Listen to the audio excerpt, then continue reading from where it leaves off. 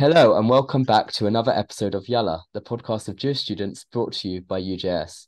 I'm Matty, your Digital Engagement Sabbatical Officer at UJS, and on the podcast this week, we thought we would explore the different types of sandwich years you can do during your degree, such as year abroad, placement years, and intercalated medical years. I have the pleasure of currently completing my placement year at UJS, and we will be talking to different Jewish students in different sandwich years over the course of this episode. To start, it is my pleasure to welcome Louis Danker to the podcast, who is the ex-president of Edinburgh JSOC and is currently on his year abroad in Australia at the University of Melbourne. Louis, welcome to the podcast. Hey Matty, thanks for having me. How are you? I'm not too bad. How's everything going? Yeah, things are great. Nice and sunny. Lovely. I can imagine it's probably a lot nicer weather than it was when in Edinburgh at this time last year. Yeah, I'm coming home for a bit in a few weeks' time and I'm not Yeah. looking forward to the cold. Just a warning, it is very much, I'm looking out the window now, it is raining and cold, and stuff Yeah. like that. But kind of like going back to your time in Edinburgh so far, and last year when you were president of the JSOC there, what was your experience like in the JSOC and what made you want to be president and what was your experience like during the year of president? Oh, I loved it. I mean, for those who haven't had the privilege of going to Edinburgh JSOC, it is the best. Like, it's amazing. Totally lovely people. The committee was just fab. There were so many people there. Like, we had 200 people, 250 people at events from everywhere. Such a sort of diverse community. It was just so much fun. Like, really, really loved it. Yeah, I could talk about it for hours, as anyone who would have had the misfortune of talking to me about it will know. So I won't keep talking about it because Australia is more interesting, but it's great, great place. Fair enough. I wish we could have this podcast go on for like 3 hours, but I think people would start to tune out after a bit. Not that Edinburgh's not interesting, just because 3 hours is long for a podcast. Yeah, I But won't take it personally. yeah, I definitely want to visit Edinburgh at some point this year, even though it's not one of my campuses. I have said to Emmy that it is on my list of ones to go to. Yeah, it's a Um, musty, musty. yeah, I feel like I just have to before I finish my year here. Yeah. Um, so moving into, as you said, Australia is more interesting at the moment. So moving into that, what made you want to choose to do a year abroad, and then what made you want to do your year abroad in Australia? I mean, I've always wanted to travel. That's always been something I've been really, really interested in, really into. And a great thing about going to Edinburgh and going to any Scottish uni is it's a 4 year degree. So if you take a year out, you come back and all of your friends are still there, right? So I'll go home and I'll be in the same year as my mates and we'll finish together and graduate together, which makes it a lot easier because you don't have to worry about who you're going to live with in fourth year and that kind of thing. Um, so yeah, it was a sort of no-brainer, I guess, to apply for a year abroad. I wanted to go somewhere English speaking. I would have felt a bit sort of weird, embarrassed, not really knowing the language of the country I was living in. So that narrowed it down quite a lot. And then I guess Australia is just somewhere totally random, bit exotic, somewhere I'd never been before. So yeah, that was the reasoning. Did they give you like options in terms of different countries you could go based off your course, or was it very much just open to wherever you really wanted to go and you picked Australia from that? So there were two options. There was like a course only strand. So I do geography. So a geography only strand and a university wide strand where they had sort of hundreds of partner unis. So I went down the uni wide strand because there was more choice and chose Melbourne because in the very sort of limited research I'd done into Australia, I was told Melbourne was the best place to live, most interesting city. So yeah, went with that. Lovely. And what was like the application process like for that? Did the university make you apply to various different universities and rank them, or did you have to like submit applications to the individual unis, or did like Edinburgh really handle it for you? So Edinburgh handled it for us, but we had to make applications to Edinburgh. So the process was pretty weird actually. So they considered our first year grades, so that was sort of part of it. And then they made us write a personal statement. So kind of very like UCAS vibes, but they made us mark each other's personal statements. So we basically had to grade other students' statements. And if you graded them too low, the uni would be like, they'd know. And so it was weird. I sort of found myself writing this personal statement, trying to pitch myself to people my own age and potentially my friends. And it was really weird, really bizarre.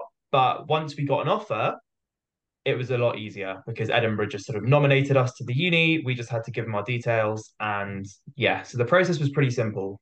That said, arranging to live somewhere else for a year is a lot of work. It's a lot of boring admin and visa and flights and health insurance and all of this stuff that you don't really think about. Suddenly you have to be a bit of an adult and it's kind of scary. Yeah, I can imagine. Like, I was already stressed about just moving out of Leeds for a year for a placement year, but I'm still in the UK. I can't imagine the stress it's like to just move your whole life abroad for a year essentially. What was that process like moving across the world essentially with all your stuff and especially with like the time zones and contacting family and staying in touch with friends and Yeah, yeah, like yeah. for those who aren't aware, we're recording this podcast currently early in the morning uh in London, but quite late in the evening in Australia because that was the only Yeah, time it would really work. yeah. So currently sort of 11 hours ahead. I basically find myself like talking to all my friends when it's like the middle of the night for me. Um, but yeah, I mean, it's really doable. Like, I think we're lucky in the modern day that it's so easy to stay in contact with people. I mean, my mum would always tell me about when she did her gap year way back in the day. Sorry, mum. Uh, that like she would like call my grandparents, her parents, maybe once a month when she found like a phone box in the middle of Thailand somewhere. Right. So it's very different now. Like, it's much easier to stay in touch with people. I will say the jet lag was brutal when I first got here. I sort of the first couple of days, it got to about 4 in the afternoon and I was ready to crash. So that was tough. But once you get over that, once you ride that out, yeah, it's much more manageable than people think. Like the flight itself, I kind of just zoned out. Bit of Football Manager, a couple of movies, I was sorted. But that sort of the time flies actually really quickly. But yeah, the jet lag isn't fun. I can imagine. I assume the jet lag when you come back in a few weeks' time is not going to be kind to you. Yeah, it's not. It's going to be a combination of jet lag and cold. I'm home for like 3 weeks, and I know I'm going to be ill for like the first two, so bit of a write off. But anyway, it'll be At fun. Be least, nice to see everyone. yeah, at least you've got 1 week Yeah, to once you're re like adapted before you move back again. yeah, Uh, exactly, exactly. so what would you say over the past few months from being in Australia? What are some like highlights from your time on your abroad that you would like you already cherish? I know it's just at the start of it, but I can imagine you've probably already made a lot of memories. Yeah, I mean the best bits are the travel, right? Like ultimately, like studying in another place is cool, and meeting other exchange students is cool, but ultimately for me, what a year abroad is for is seeing a bit of the world that you wouldn't otherwise get to see. And I doubt I'm going to get to Australia anytime soon, right? So, the travel I've done has been really cool so far. I've been to a few different places. I did a weekend in Sydney because I've got some family there. Sydney's really cool. You have a sort of, oh my gosh, I'm at the Sydney Opera House moment. Um, but I think the best place I've been to is in the Northern Territory in Australia. It's sort of it's more tropical there, so it's 38 degrees every day, which was interesting. But there were some of the national parks we went to were just gorgeous, like amazing scenery, wildlife, like kangaroos, crocodiles, koalas, like everything you think there's going to be. Suddenly, you're in Australia and it's there. Um, and also, one thing I've been really struck by is the indigenous culture. So Australia obviously has a really sort of long history of indigenous population, and especially in Kakadu National Park, which was one of the parks we went to, they had these amazing sort of rock paintings that had been preserved for 20,000 years that sort of told these myths and stories. Um, it was just totally amazing. And as someone who's interested in history and in people, yeah, it was such a cool experience. So yeah, I do recommend Australia to anyone. Like, it's just a great place. And you mentioned in the past that you've been doing a bit of surfing. How have you found the surfing on the coast in Australia? Oh, I mean, I'm a lanky Jewish boy I from had to yeah, ask. I'm a lanky Jewish boy from Northwest London. So how do you think I've found the surfing? I'm not a natural, let's just say. Have you felt that you've got better over there? Have you been going a few times and No, would you I've like only to? I've only done it once. So Right.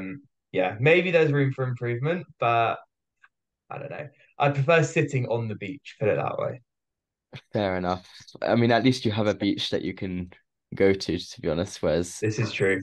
here it's just a bit. I mean, some JSOCs will have beach on their front door, but I Yeah. don't think the weather would be Yeah. I was gonna say fitting. there's a beach in Edinburgh, which is lovely about 4 days of the year. So if you time it well, definitely worth a visit. So maybe I'll time my visit for later in the year when Yeah, summer's coming again. good plan. Um, Although in Edinburgh, yeah. summer sort of, yeah, lasts about a week. So careful. How does the speak about like Edinburgh and in relation to Australia, in Melbourne, how does like university compare? Like how does the structure of the university work compare and like exams and kind of like the whole student experience? Honestly, really similar. I think this is something that I would have wanted to know as a sort of bit of advice when I was applying. Um, it seems like my friends who are currently in America have a lot more work than I do. So good to know because I think the American system is a lot more sort of based on continuous work that matters kind of less. Like you'll have a piece of homework every week that's worth 5%, right? Yeah. Whereas here it's quite similar to at least Edinburgh. I don't know about other unis, where I might have an essay and an exam, and that's a module. Um, so it's similar, and the lectures and sort of contact hours very similar. Um, so yeah, it's been quite easy to adapt. Yeah, I've got a few friends in America who have told me how much the workload is just a lot more full on constantly, Yeah, rather than working towards those deadlines at the end of a term that we are used to here in most of the UK. So yeah, I think it kind of and I depends mean, on where you go. yeah, totally. And different unis in the UK do it differently, but Edinburgh, when you go on a year abroad, it's pass fail, right? So you don't have to Yeah. get a certain grade. Your grade doesn't count towards your degree. You just have to pass. So if you just have to pass, I mean, if the question is, do you want to do more work or less work? And then you also get to go to see Australia. I don't know. I don't know why I'm promoting Australia. They aren't paying me. But yeah, I don't know. It's been good. Yeah, I that's what some of my friends have also mentioned about the pass fail thing, that they're just happy just to pass the year, and just have those experiences, those of traveling and also like the student life out there. How does like the student life compare in terms of socializing to that in Edinburgh and in the UK? Because we're quite used to in the UK, I would say it's the students' life scene is quite big in terms of clubbing and socializing in societies. How does that compare in Melbourne? So I'd say there's a couple key differences. So the first one is the culture here is very different. So students will tend to live at home with their parents and just commute into uni in their city. So the vast majority of Australians that I've met live at home still with their parents and just come into uni. So obviously that changes things, right? Because people, generally speaking, are friends with like the people from their school and maybe have a couple of course friends, but you don't have the same sort of get to first year accommodation and meet a bunch of people. You don't have that kind of vibe. Um, in terms of what people do, it's similar, right? There's pub nights and societies do different events and pub crawls and there's clubs and whatever. And Melbourne's a big city, right? It's a city of maybe 5, 6 million people. And the campus is pretty near the city centre. Um, so there's a lot going on and there's a lot of different options. And also, I don't know, I think Melbourne's a more interesting city, I think, than most British cities. Like the culture's really, really cool and interesting. And there's a really strong Asian influence. The Asian food is unbelievable. And there's really interesting bars. And like Melbourne's like cliche famous for its coffee culture. And like the coffee is unbelievable. And I've become a caffeine addict. So yeah, it's great. It's enough similar, but also enough different that it keeps things interesting. So in terms of like societies, is there the JSOC Jewish society structure that we have, that we've become so used to here in the UK, or is it does that form a bit differently in terms of Jewish students coming together in Jewish student life? It's pretty similar.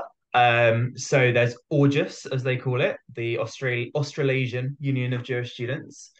And then they have sort of Australia split up into states. So each state will have their own sort of regional branch, and then each uni will have their own branch, which they would call the sort of here it's called MUJS, Melbourne Uni Jewish Student Society. But it's essentially Melbourne JSOC, right? And the event's very similar. There's like a bagel lunch every week. So classic. They do stuff for different festivals. So yeah, it's pretty similar. Again, the difference is the majority of the Jews live at home, right? And there's a Jewish area in Melbourne. So I guess the best way to describe it is like imagine if, and sorry for the non-London Jews here, I know this isn't very inclusive, but it's the only example of a big city. Um, if there was, if you were in London and all the Jews still lived in Golders Green and Hendon and went to UCL and LSE, right? It's that kind of vibe. And so there's a Jewish area. So if I'm going to go see my JSOC friends, I'll be schlepping to the other side of the city to go see them. Um, but they still run great events on campus. There's still really good sort of activities, events focused at students. And the community is pretty strong, which is really nice. That's really nice. I think it's from the sounds of it very similar to, as you said, UCL and London JSOC's kind of structure in a way. One of the campuses I oversee is UCL. So I've kind of got very used to their kind of structure in comparison to how, for example, Leeds was, where I've been there for 2 years. Um, but it's still an incredible community coming together.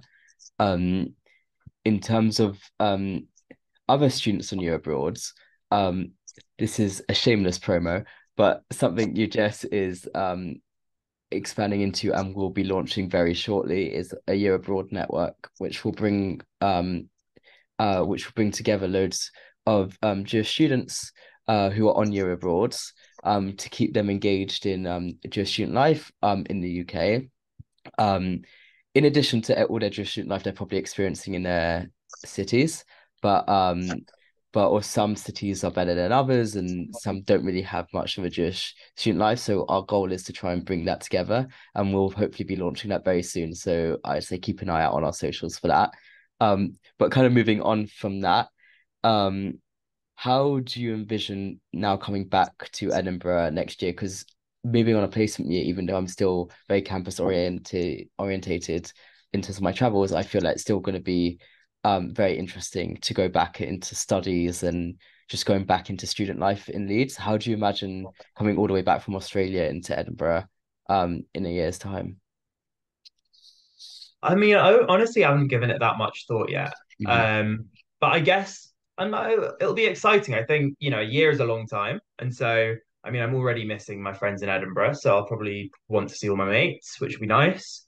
It'll be a different kind of year because of the way my degree is structured and because I did a year abroad, 100% of my degrees on fourth year. So fourth year, I'm gonna have to work pretty hard.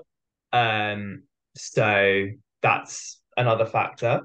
But yeah, I'm excited. I mean, I think it's really nice that I'll have got to know Melbourne. I'll have my own places in Melbourne that I like, and I'll sort of have experienced living in another city.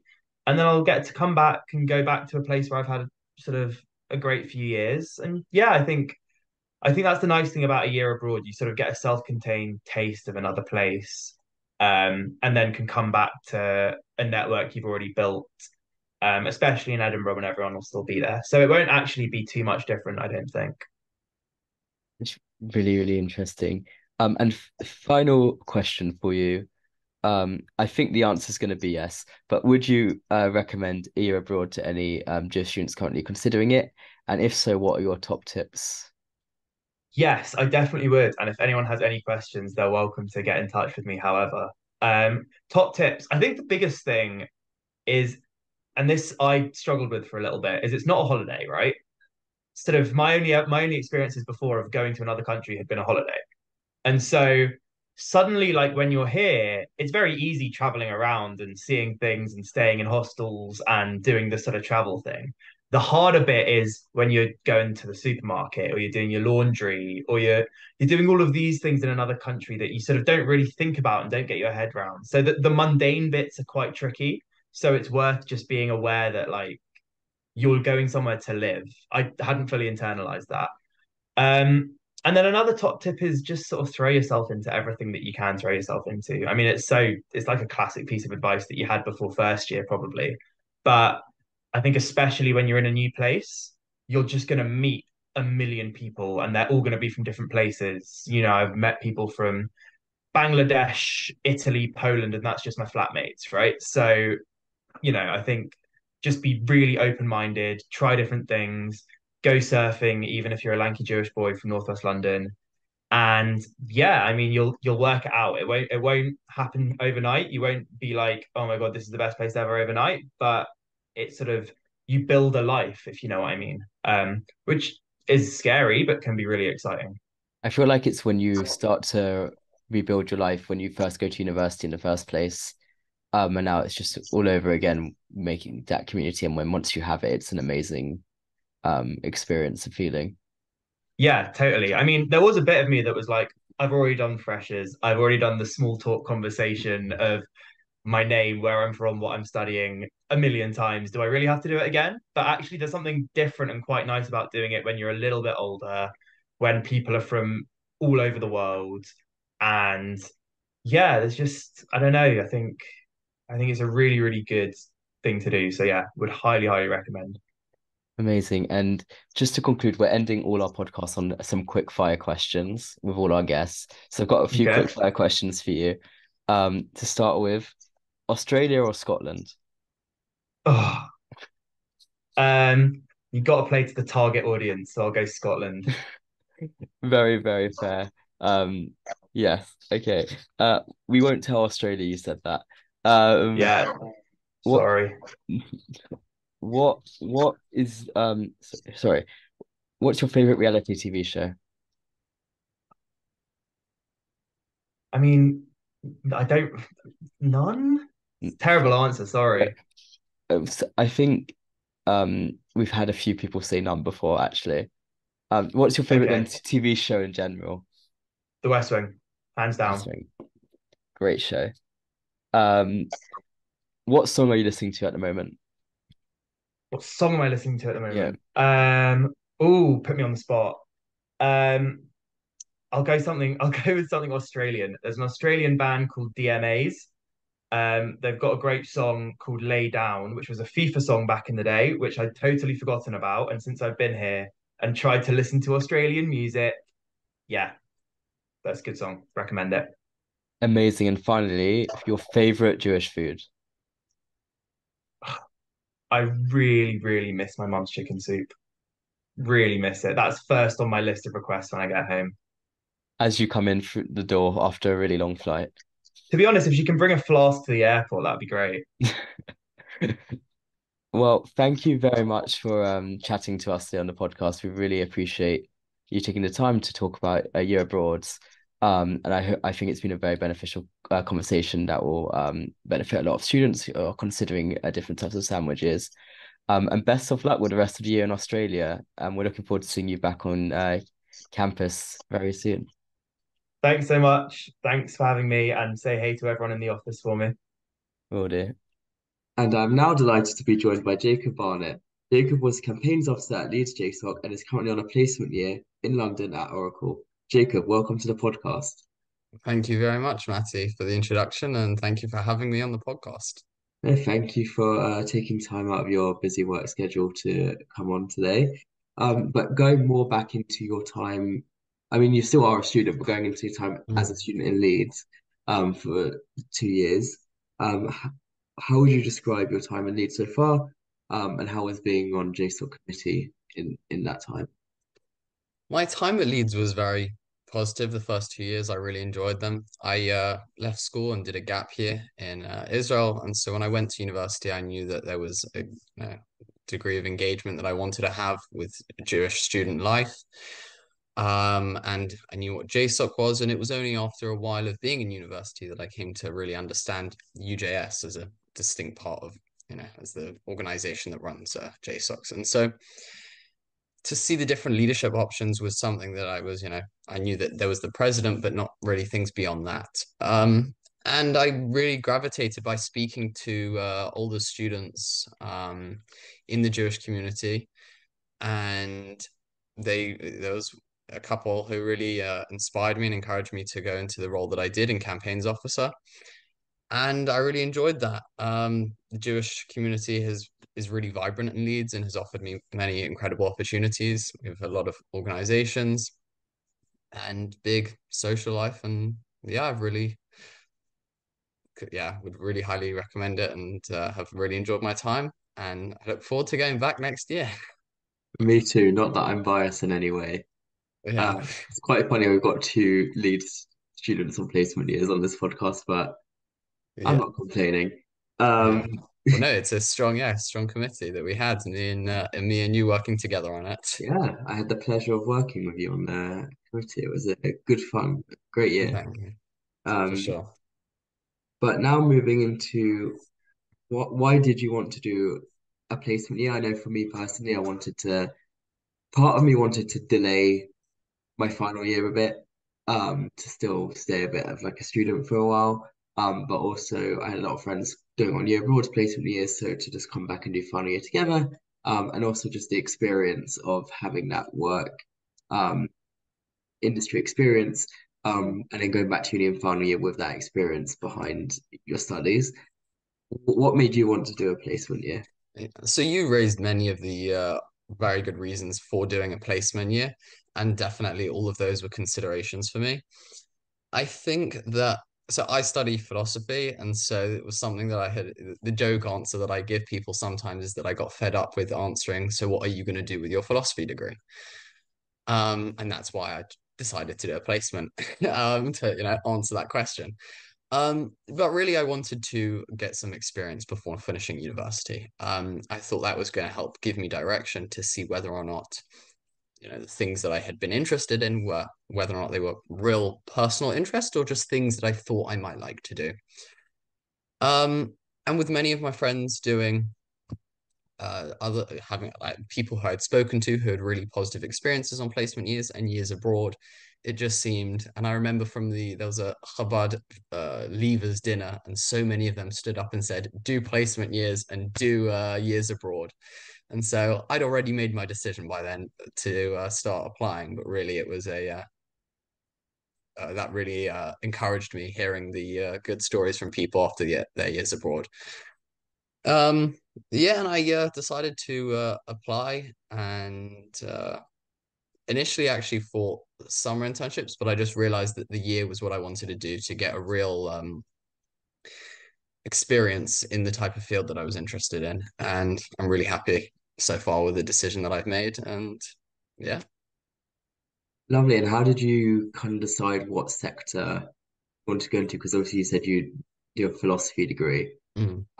but your placement year is not really related much to philosophy, I would say. So how did you kind of decide what sector you wanted to do your placement in? Is it the um career you want to go into for time, or you just wanted to see if you enjoy it or not as like a test bed? Mm. Yeah, so as I was saying before about the considerations that went into taking a placement year, one significant thing was understanding my the way that I engage with the corporate world and how I would enjoy it and things like that.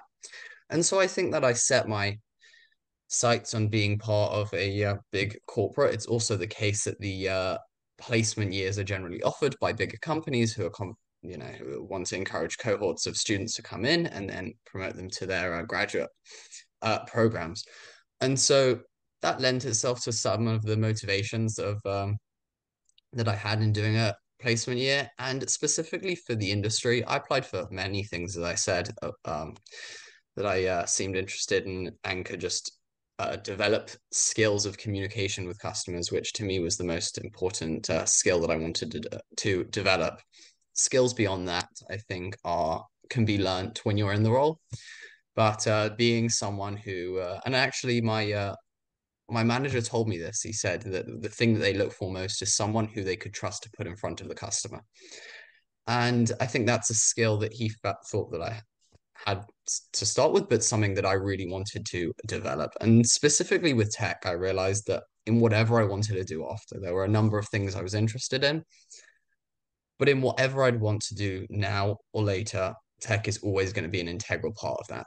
And I realized that doing this at this stage would really help give me a grounding in doing that. And so far, it really has. I think the education opportunities that I've had and the amount that I've learned in a short period of time has been really incredible. And so they've really helped support me with doing that.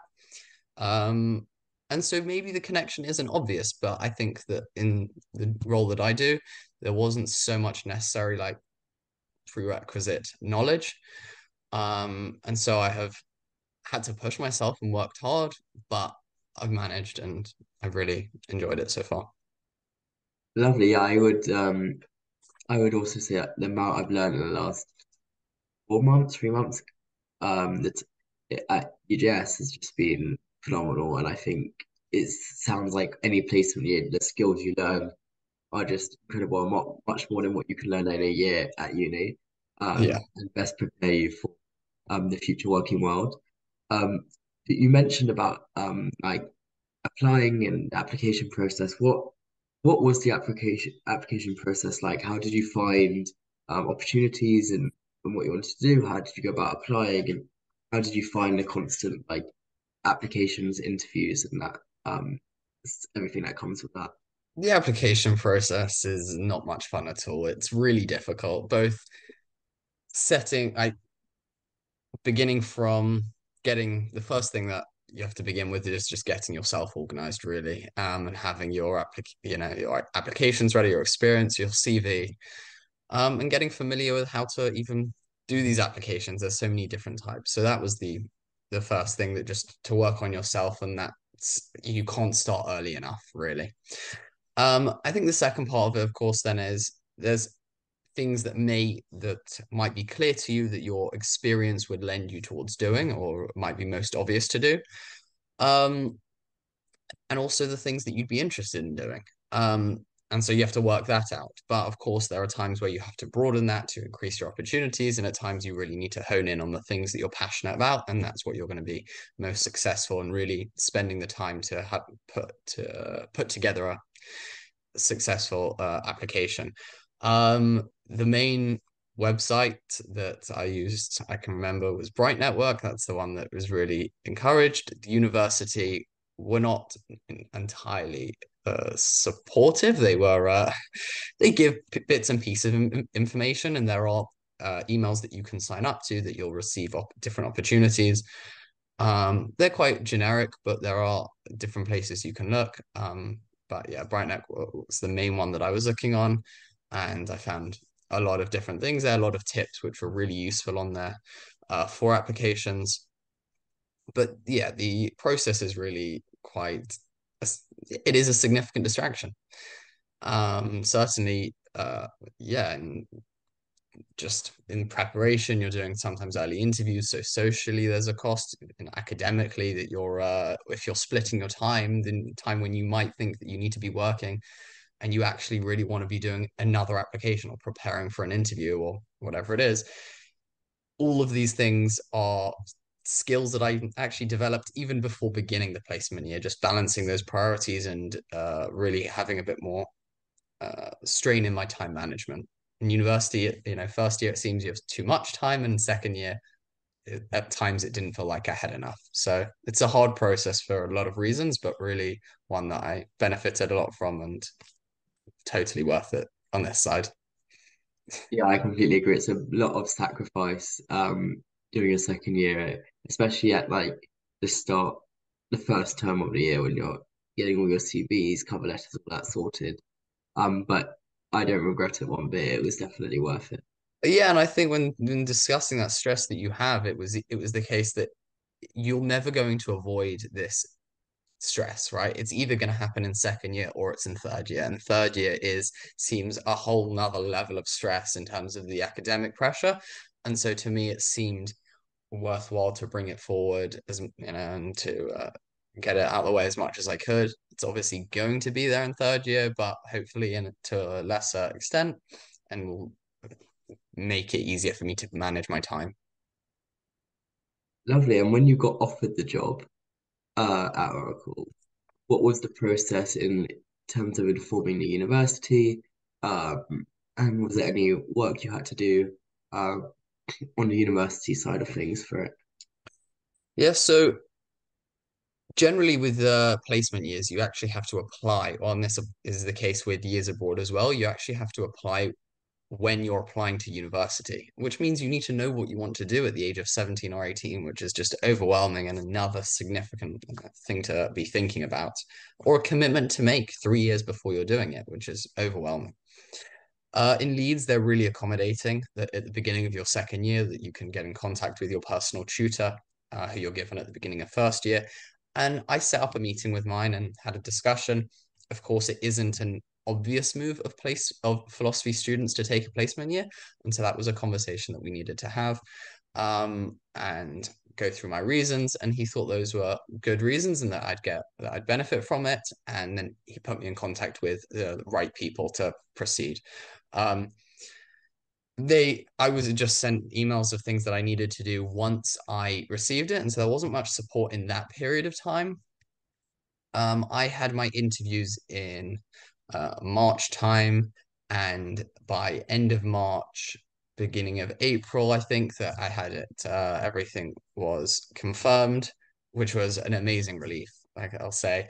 And then from that point, it was just filling out a lot of forms with the university to let them know that was happening. And from that point, they were really helpful.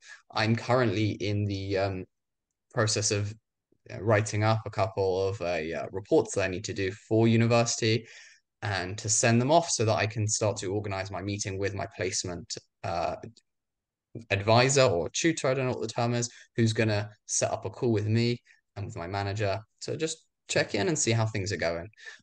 So that's the process. You have to be on it. The university there's all the information's there, but you do have to seek it. Yeah. So I Yes, hope so I answered. you have to actively seek the information you want from the university. But I think once you're on the placement, the communication is quite strong with the Yeah. university, and what you need to do, and in terms of being updated and all that is quite strong. Um, on a more positive note, rather than the whole application process, admin, and Yeah. all that stuff, I know you've only been in the role a few months, but it sounds like you've been having a great time. So, what's like one of the big highlights you've had so far, the first few months you've been out? So the department that I work in the customer success services, the regional split for my department happens to be, and it's something that I was excited about ever since the first day, is UK, Ireland, and Israel. Total coincidence, but Israel's part of the UK. That's where it's like managed from. And I was in Israel in mid-August time, and I reached out to one of the managers who I was on a call with about in the first month, and I messaged him and said, and we jumped on a call and had a good chat, and a very friendly Israeli guy, and ended up meeting up. Well, when I was in Israel, I made my way over to the office. It was a Sunday, so not even a work day in London, but I wanted to still make the most of the opportunity. And I went and visited the team and experienced a different work culture and one that I felt so welcome in. They took me out for lunch and did some networking. My team back in London really thought that was great. And that's definitely been a highlight experience of what I've done so far. And also my colleagues who are the other people who are on placement years. They're not in my division. They're in totally different parts. It's a massive company. There's 25 uh, placement students, all in different parts. And so that's something I really enjoy as well. When I do meet up with them in the office, then we I'm always learning about different parts of the company, and I'm enjoying that social side of things as well. So that's been really, yeah, I would say those two parts have been really positive. That the culture in the company is, I couldn't speak more highly of. So, It sounds like you're trying to get a job confirmed after uni with it. No, it sounds really amazing. It sounds like all positive experience. You found like, I mean, it's quite obvious there's a difference between working and studying, but what are the differences you found between like working a full-time job at university, studying? Have there been any surprises that you didn't expect between the two um aspects? surprises.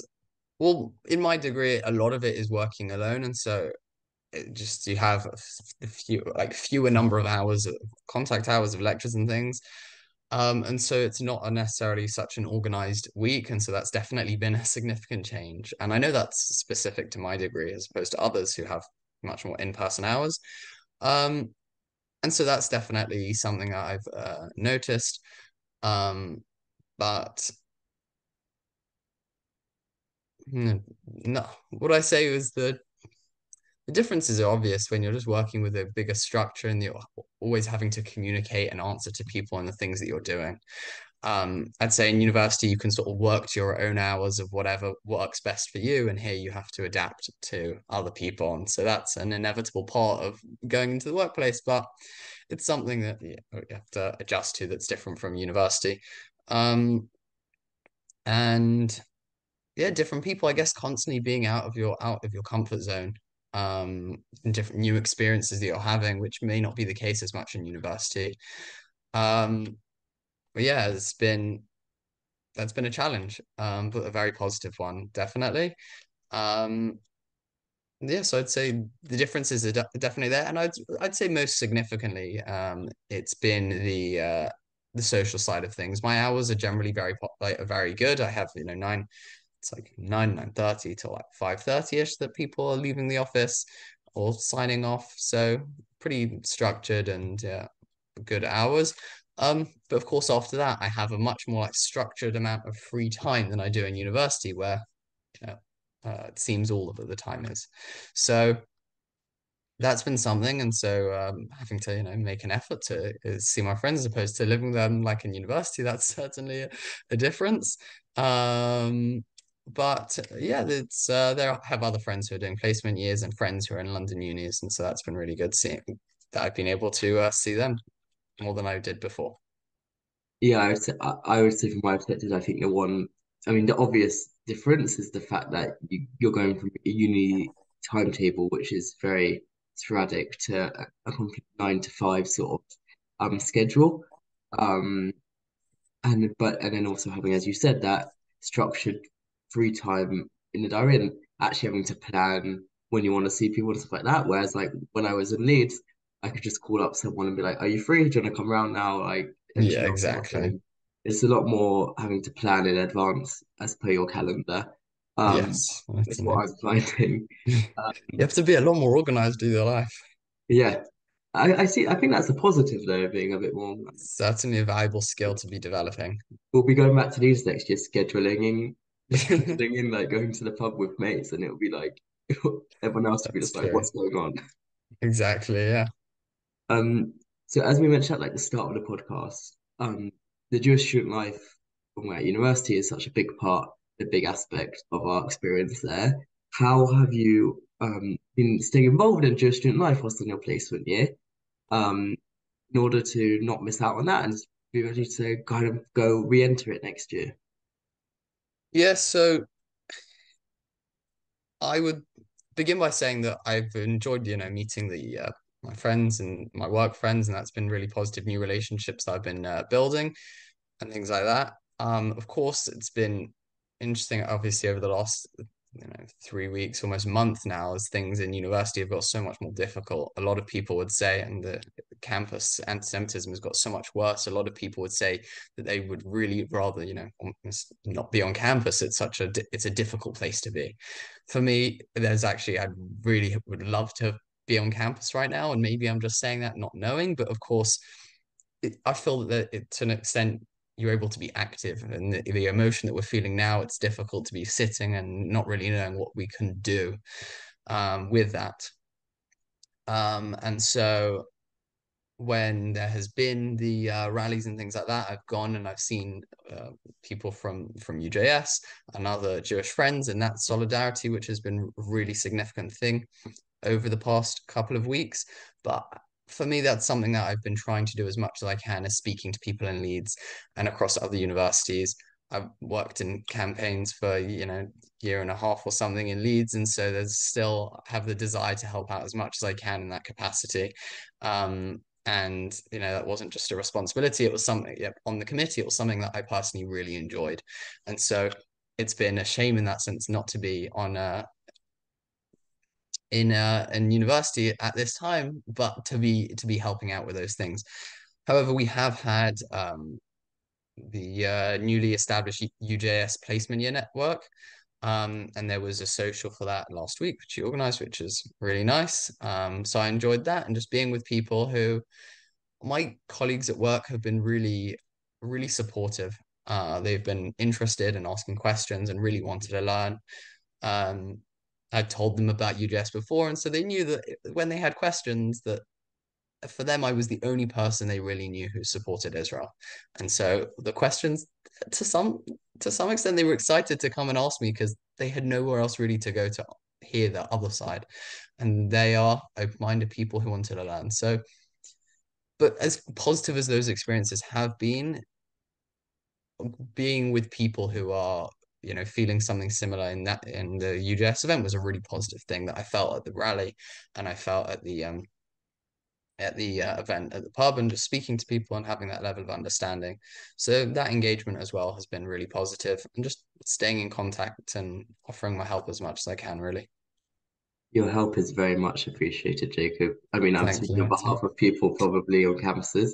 Um, but yeah, I think anything anyone can do just to help at the moment is very much appreciated. Um, just to kind of my final question for you before we go into a bit of a quick fire questions, which is something we do at the end of each podcast, Great to hear. um, is I think the answer is going to be yes from our conversation, but would you recommend a placement year? And if so, what are your top tips? Yeah, as you can guess, I would. Um, I wouldn't wholly encourage it. I'd say you have to have a direction. If you're not quite sure yet what you're going to do, you may end up being in an industry which just isn't right for you. So if you have a direction, or at least you're broadly interested for, if it's corporate engagement or with a big company, there are a lot of different opportunities that you can get. But for me, that's something that I wanted, and that has been offered to me. And so in that sense, I was quite open-minded with the range of experiences that I could get, and that for me was really beneficial. And it has happened that I've been really lucky in the place that I, accepted to go, and it's been really a good experience. So if you have that direction, then it really can be a very positive thing. Um, Without that, maybe not. Maybe it's better to be in university and to develop that, and just to spend more time understanding your interests, because it can be really difficult if you're doing something that you really don't enjoy. And so I'd say I'd encourage it to people who have that direction, then really it can be a very positive experience. Um, so yeah, that's yeah, be careful with the places that you're applying. Make sure that it's things that you're really passionate about. Um, know your passions, but definitely through this podcast and through UJS, people should be help put in like can use this to get in contact with people. Obviously, you can get in contact with me and you obviously, Matty, to ask about placements and things like that, and the experiences that we've had, to get advice for particular cases. Yeah, I would definitely back up that tip. Is that like there's no point of doing a placement year for the sake of doing one unless you know the route you want to go path because you want to enjoy your year and you want to make the most out of it, and you can only do that if you're passionate about what you're wanting to work in. So Yeah, if you want to do one, apply to the roles in which you think would be beneficial to you and you would enjoy.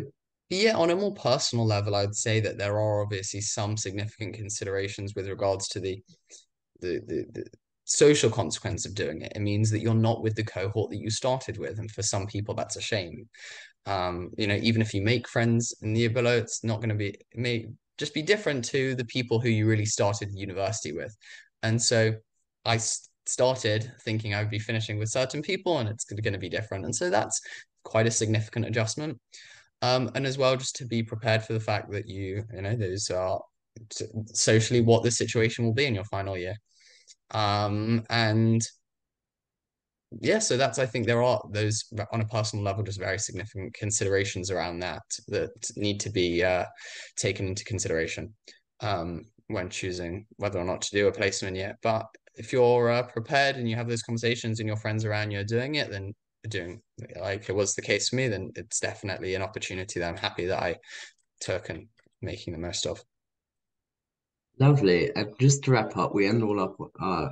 We ask our guests at the end of the podcast a few quick fire questions. Go for it. So I'm gonna chuck some questions at you, and you have to give an answer very quickly. Okay. So firstly, Leeds or London? London. Why? London's just an amazing city to be working in. I really enjoy it going into the city every day. It's just a great vibe. For Jewish life, the campus Jewish life in Leeds, excellent.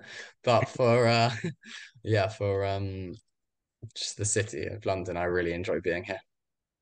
Fair, good answer. Next one, favorite TV show? I'm not watching too much at the moment. That is, oh, I need to. Hmm. This time is ticking. Oh, I don't know.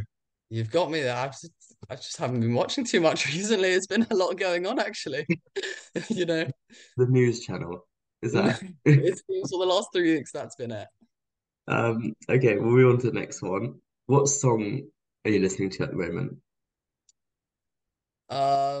Song I've been enjoying listening to Isharibo recently. I think that the videos that I've seen him on bases in Israel has been incredible. They've been so uplifting, and those, yeah, just videos like that during this time have been a real contrast to the other things we've been seeing, and just a real reminder of the good that is going on in Israel even during these times. And so Isharibo, when I listen to him, is a reminder of that for me.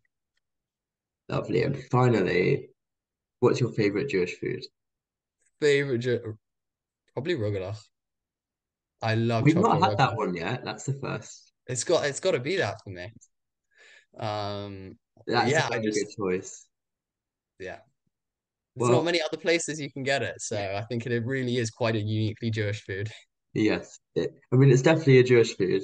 Yeah. And we've actually not had that one yet, but I would agree it's definitely up there as one of the top Jewish foods that we have. But thank you so much, Jacob, for joining us on the podcast today. I think the conversation's been really beneficial towards placement years. And as you said, if anyone's interested in potentially doing a placement year, you're more than welcome to chat to me, chat to Jacob, or just get in touch and we can put you in the right direction. But thank you very much. I hope you have a great year ahead on your job. Thank you very much, Matty. And now I'm delighted to be joined by Avi Miller. Avi was graphics officer at Leeds JSOC and is currently on an intercalated medical year. Avi, welcome to the podcast. Hi, Matty. Thank you for having me. How are you? I'm not too bad. Thank you for coming on the podcast. Thank you for having me. Before we get into the intercalated medical year, bulk of this interview, I was just wondering, just briefly, how you would describe your time as like a student so far, it Leeds, and also touching on your experience of JSOC committee, a couple of years ago. Sure. So this is my fourth year at Leeds. Because I'm a medical student, I'm going to be doing 6 years in total. So far I've loved uni life. I've loved the experience that we have in Leeds. And I loved being on JSOC committee. It really gave me there's not that many Jewish medical students, and as a medical student, you do tend to spend a lot of time with other medical students. So being on the JSOC committee really helped me feel more connected to the other Jews on campus, and it really made me feel like I was making a difference to the experience of Jewish students on campus. That's that's a really good answer. When we speak to quite a lot of people, I think JSOC is that kind of escape from their usual studies and usual For sure. groups, and is really special. And moving into more about now on your intercalated medical year, what Mm. why did you want to do an intercalated medical year? Um, well, medical school is it's tough. Um, a lot of the time, it depends on how the medical school is structured, but a lot of the time, the course demands that you're on placement quite a lot of your week, waking up 6 a.m., whatever, going to the hospital, coming home in the evening and having to revise for exams. And that lifestyle can get quite stressful and quite overwhelming. And because you can have a similar lifestyle the rest of your life as a doctor, it's good to break it up and it's good to delay the difficult life that you might have.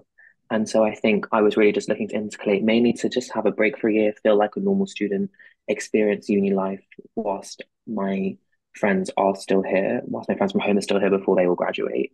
And it also gives you an opportunity to study something that you might not necessarily have been able to learn in that much depth during your course because we just touch on a few different things. Um, so yeah, I think that there's a number of different reasons, but I do recommend an integrated medical degree to any medics out there. And what exactly is the course you're doing for your integrated medical year, and what was the process behind figuring out exactly what course you wanted to do for it?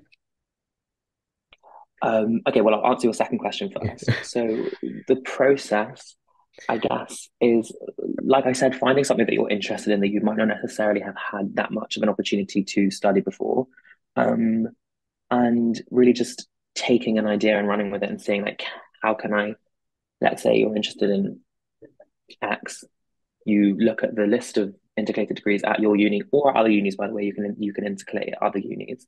Um, and you say like, where can this fit in? Which degree can I do that I can use this idea and I can learn about this sort of thing in that degree?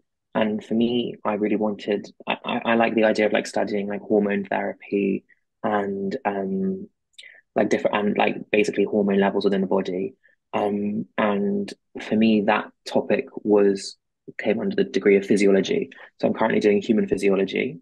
And that's basically like how the body works, what goes on inside it. And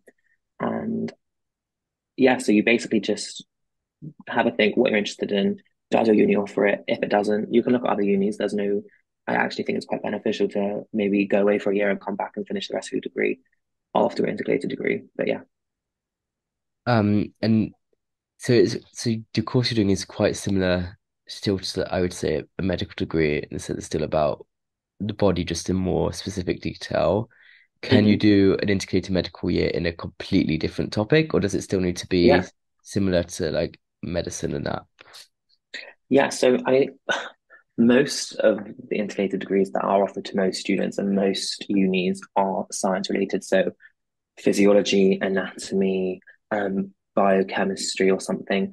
But you start to get further away from medicine when you talk about um, international health, medical education, genetics. And then you can do things completely different. So Leeds offer a course in zoology.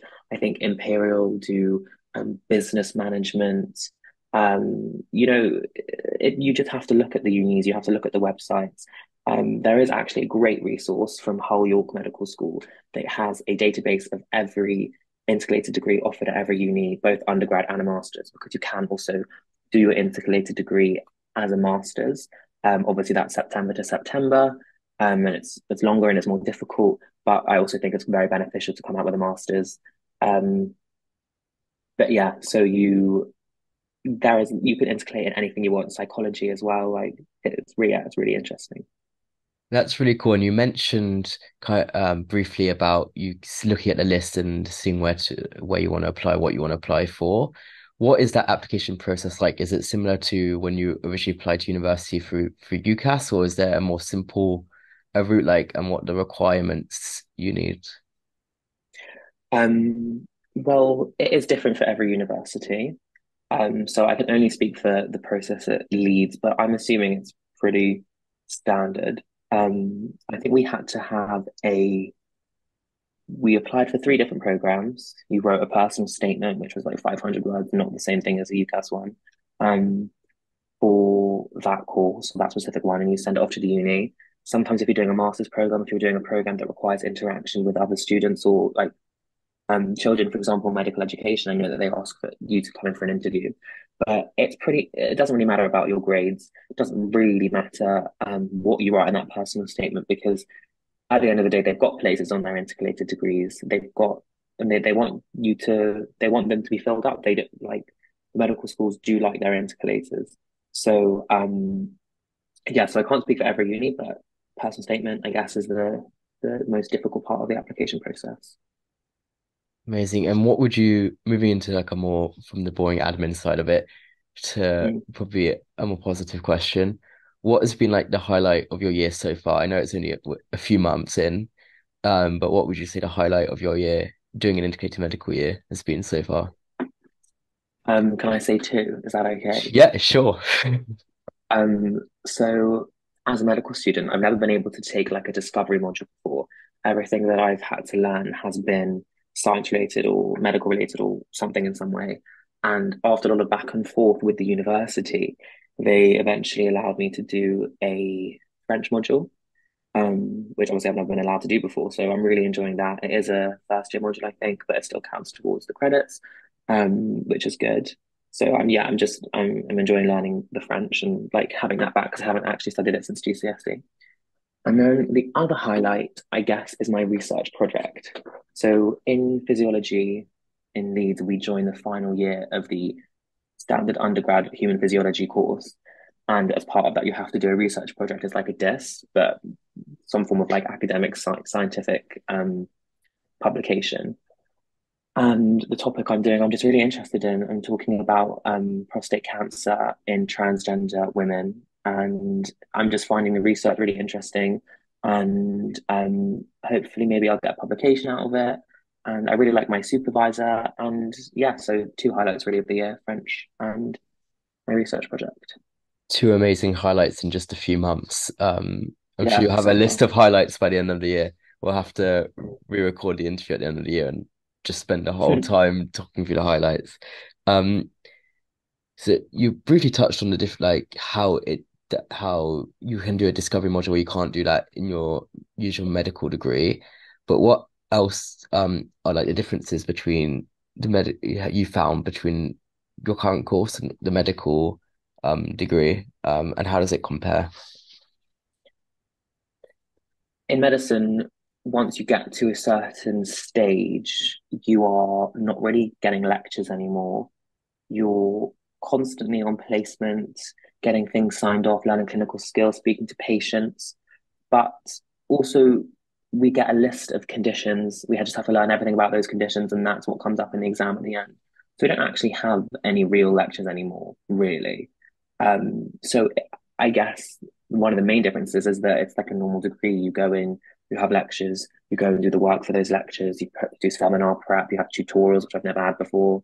Um, Again, you can do a discovery module, but I think it's just more the feeling of being like a regular student. All my friends are sat around me in the library and we're all like stressed about this credit or that module. Do you know what I mean? And in medicine, we don't even have like 120 credits. It's not even like that. So in that respect, it's a nice feeling to feel like a normal student. And I'm not saying that this year is necessarily easier. I mean, I've the other side of it is that with medicine, because there's only one exam at the end and everything's like a soft deadline, I've never had to hand in so many things to be marked. I've never had so many deadlines to like get things completed. Usually I can just like do a bit of revision along the way and then really when it comes to crunch time and exam period, just like hit the ground running. But you've got to be on top of it throughout in the final year of any degree. So that part is challenging, but that's one of the main differences. That's really interesting. And you finding you have like more free time or less free time as a result of that? Well, I guess in terms of the course, more free time overall. But I like to keep myself busy, so I'm doing a few extracurricular activities this year that I might not necessarily have been doing on medicine. Yeah, that's the other thing. It gives you the opportunity to get involved in societies or like do like even get a job, do a charity work that you might not necessarily have had the opportunity or the time to do on a normal medical degree. Um, so you spoke about having the time now to look at societies and join some societies, get more involved in that part of student life. Um, so that touching on how it has changed your kind of student experience on campus for the year. How exactly has it changed that experience in terms of like what societies you've been able to join? Are you going out more with your friends and stuff like that? So yeah, I mean, I do feel much more sociable this year. Getting to spend more time with my housemates, getting to spend more time at home generally. Also, not having that huge guilty feeling of like if you go out on a weeknight, you're gonna miss placement or something. So that's also quite nice. Um, but also this year, like I've just been able to put more effort into my other commitments. So I don't know. I've taken a leadership role within the medics tennis society at university. I mean, there's only 20 people in the society, so you're only leading like 20 people, but it's still it's you get more out of the year, I think, and you get to say that you've done more. You get the opportunity to do more. I'm spending more time with the charity that I'm involved in. You know, like lots of different things. And it has changed my experience. And I was literally saying to my housemates the other day that I'm really going to miss going back to medicine. Not necessarily because I don't like medicine. I love placement and I love talking to patients and all of that. But I think an intercalated year is just incredibly valuable. You get to do things you might not necessarily ever get to do at uni. And moving on to going back next year to your medical degree, it's probably hard to answer this, but how do you see that going from now having this experience this year to going back to that? Do you think it'll be challenging? Like I know I think being on a placement year right now, it's going to be quite challenging to come back to university next year and go back to studying after having this like 9 to 5 work mentality. Um, so do you think you'll have like a similar challenge or different, or you'll just snap right back into it?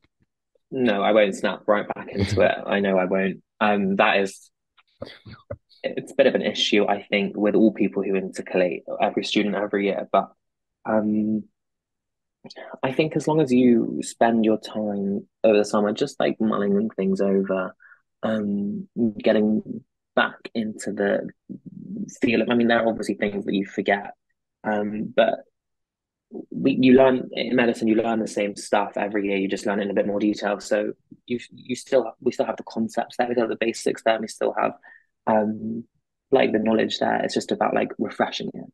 But in terms of the lifestyle of a medic, I don't know how I'm going to be able to get back into that. You know, placement, especially fourth years intense. They expect you to know a lot on the wards. I've heard. Obviously, I don't know yet, but I'm nervous for it. But maybe speak to me this time next year, and I'll let you know how I've dealt with it and if I'm coping. We'll get back in touch next year about that. Um, Perfect. for a final question, you mentioned quite near the start that you would definitely recommend an integrated medical year. Um, Mm. but what would be your top tips in terms of choosing an integrated medical year you'd want to do and you'd enjoy, and also to make the most out of the year? Good question. There are a few tips. I think the first thing I'd say before you choose what you're doing is just make sure you've done your research. Make sure you know exactly what the year entails, because I think as medics, we're quite organized people. We like to know exactly what's going on. And I think I didn't necessarily know what the year entailed. I just knew I just wanted to do a break and I was interested in science. So I did physiology. But for example, I didn't know that I was joining the final year of a degree. So everyone else on the course, other than the two other intercalators that are doing it with me, everyone else is either year below me or same year, but has done an industry year or gap year, whatever. But they have spent the past 2 years writing academic literature, reading academic literature, knowing how to structure their essays, knowing how to do specific referencing for uni. I mean, as a medic, I haven't written, and I obviously didn't do my A levels because of COVID, so I haven't actually written a proper marked essay that like counts towards something since GCSEs. So, I mean, the other day I had to submit my first essay since then, and I think on a normal on an intercalation that you're not necessarily joining the final year, it's its own year by itself. They give you a bit more structure, a bit more preparation, and a bit more leniency. But because we're literally joining the final years, there's no room to mess up. They're not gonna like not give you your marks. They're not gonna say, "Oh, it's fine. Don't worry about the structure of this essay or the referencing in that essay." But you need to be on top of it. So I think the main thing that I would suggest is just know what you're getting yourself into. Know which what type of degree it is, if it's a standalone, own thing that doesn't have another undergrad within that uni, or if you're joining the final year. However, that being said, I would say that it's not that necessary. If you're really interested in the topic, you will just do well, and you will want to do well. Um, and let's say you're really interested in psychology, you did it for A level, and you're buzzing to get started. Like, just choose it. Don't do it just because you're nervous about referencing or academic writing. It will come to you, and they do offer tutorials and things like that. So yeah, so I think just knowing what you're getting yourself into, being interested in what you want to do, that's always the main thing. And um, I guess knowing where you want to do it, that's the other thing I'd recommend. Because like I said before, you don't have to stay at the uni that you're at. I know friends who have left Leeds and gone to other places, and there are people who have come to Leeds from other universities. So all of that really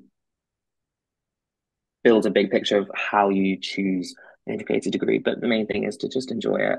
I mean, you've got a year to be a regular student, like do as much as you can and spend as much time with your friends before they graduate. Because I'm upset to say, but the only friends that I will have next year at uni will be other medics, which I love my medics.